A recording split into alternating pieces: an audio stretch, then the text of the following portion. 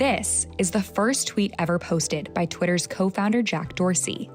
And this is a tweet by Elon Musk, the richest man in the world, announcing a $43 billion bid to take over the platform 16 years later. His offer sparked national coverage. Billionaire Elon Musk, he's offered to buy Twitter for $54.20 a share. And says he now wants to turn Twitter into the world's, quote, platform for free speech. Since that first tweet in 2006, several different contenders have looked to acquire Twitter.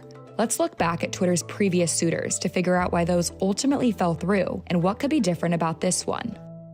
Central to understanding Twitter's battle for leadership is co-founder Jack Dorsey. Jack Dorsey comes of this generation of entrepreneurs in the Valley who really saw a new way of communicating. But Twitter has been a company that has long had its ups and downs. Dorsey's first run as CEO ended after 1 year amid concerns that he was distracted by other hobbies. But in 2015, after he had founded another company, and as Twitter looked to revive its sagging user growth, Dorsey was reappointed to the position. The hope was that his founder title would afford him the leeway to make more significant changes than Twitter's previous CEO. It was seen as a huge comeback. There was comparisons to when Steve Jobs returned to Apple.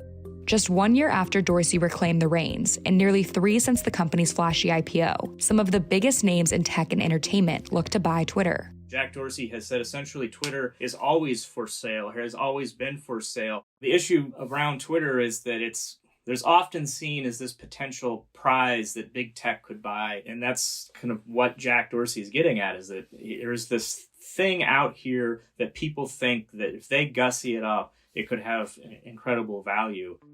In September 2016, CNBC reported that the software company Salesforce was considering a takeover of the social media company. Salesforce already had a partnership with Twitter, which began in 2012. That alliance allowed Twitter to feed social media data into Salesforce's analytics systems. At the time, the interest in Twitter was simple. It was about the data. Salesforce thought there was useful information to be gleaned and that it could have value to its corporate customers.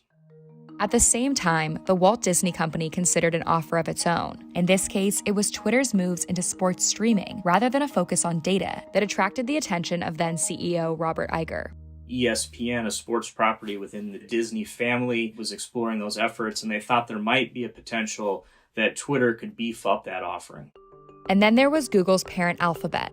For several years, the tech company's dominance in search and advertising caused some analysts to speculate that it would be best suited to buy Twitter. But the company, choosing to focus on its other ventures, like driverless cars and artificial intelligence, ultimately didn't follow through with an offer. Salesforce was the final suitor remaining in 2016, after others like Disney grew skittish over Twitter's image. Disney has a lot of brands within it. But at the core of that company is family entertainment. And one of the things that you increasingly see on Twitter is a lot of unfamily-like activities. It's easy to understand why a company most associated with Mickey Mouse might not want to get into the gutter. Ultimately, Salesforce walked away from pursuing a combination too. One of the challenges for any company thinking about buying Twitter is you are stepping into a tech company, but you're also stepping into a company that has enormous policy decisions on its plate right now regarding freedom of speech, regarding content moderation. The policy concerns of buyers like Disney are now the reason for Musk's desire to acquire Twitter.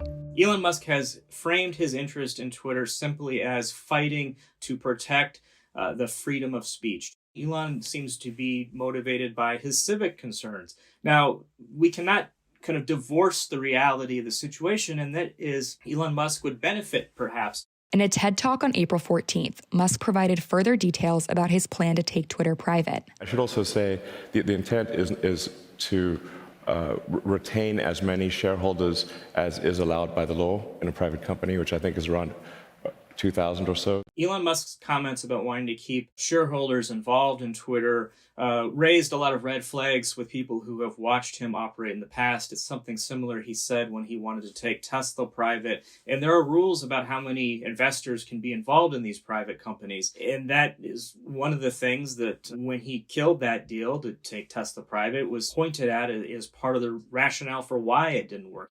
But if his offer is accepted, he won't be the first billionaire to own a key player in the media. There is a long history of people with money looking for trophy purchases that give them power and influence. And for Elon Musk, owning Twitter, controlling that pipeline into millions and millions of people's lives around the world, that would be incredibly powerful, and it would give him some assurance that he could continue to use that tool. Musk may not be the only suitor for the company. Some private equity firms are now circling as well, but it's still too early to know if any will make a formal bid. In the meantime, Twitter has adopted a poison pill that makes it hard for shareholders to build their stake beyond a set point in response to Musk's bid.